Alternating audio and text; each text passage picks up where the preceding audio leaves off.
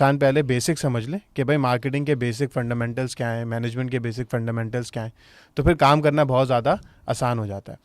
और जैसे इस वक्त आईटी के बहुत सारे शॉर्ट कोर्सेज हैं, अनफॉर्चुनेटली एमबीए की डिग्रीज हैं, तो हमने सोचा कि यार हम क्यों ना मैनेजमेंट के शॉर्ट कोर्सेज करवाएं, मैनेजमेंट एंड मार्केटिंग के, ताकि लोगों को बेसिक्स तो समझ आए ना कि बड़ी बड़ी कंपनीज कैसे अपनी ब्रांडिंग या मार्केटिंग कर रही होती हैं, कैसे मैनेजमेंट को लेकर चल रही होती हैं।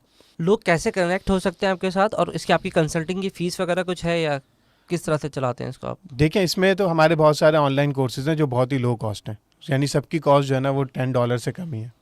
इसी तरीके से हमारी कंसल्टिंग की भी या कोचिंग की भी बहुत ज़्यादा फीस नहीं है, लेकिन उसकी इंपॉर्टेंस बहुत ज़्यादा है। देखिए इतना कंटेंट है ना आजकल कि आप यूट्यूब पे जहाँ आपको हर चीज़ के बारे में बहुत सारा कंटेंट मिल जाता है। लेकिन इसकी मिसाल बिल्कुल यूँ समझें कि आपको अगर अल्लाह ना करे किसी को डायबिटीज़ हो, तो वो जाकर जो है ना वो गूगल पे सर्च नहीं करेगा कि मैं फ़ला दवा खा लूँ या फ़ला इंसुलिन लगा लूँ, तो आपको असेसमेंट की ज़रूरत होती है। बेसिकली जो कोचिंग है ना उसमें ये है कि आपको असेसमेंट एक मिल जाती है कि यार मेरे अंदर क्या टैलेंट है, मैं उसे किस तरीके से जो है ना बिजनेस में या किसी प्रोडक्ट या सर्विस में कन्वर्ट कर सकता हूँ। सही। कोई एग्जाम्पल से समझाए इस बात को ज़रा। एग्जाम्पल से समझा देते हैं आपको।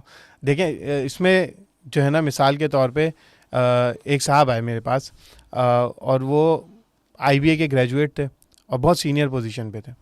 तो उन्होंने खुद से एक प्रोडक्ट बनाया था। उन्होंने कहा कि मैं जो है ना वो इंग्लिश लैंग्वेज का कोर्स करवाऊंगा लोगों को। सही। फिर जब मेरी उनसे डिस्कशन हुई, मैंने कहा देखें आप हैं तकरीबन 45 एज में और आप IBA के ग्रेजुएट हैं, एक सीनियर पोजीशन पर हैं, तो ज़्यादा आपकी जो अट्रैक्टिव ऑडियंस है वो यंगस्टर्स हैं जो 25 साल 30 साल के हैं और अभी उन्होंने कॉर्पोरेट जॉब स्टार्ट की है। तो अगर आप उन्हें एक मेंटोरशिप प्रोवाइड करें तो वो आपको अच्छा पे भी करेंगे और उनके लिए भी बहुत आसान हो जाएगा उनकी कैरियर ग्रोथ या कैरियर लैडर पे आगे जाना।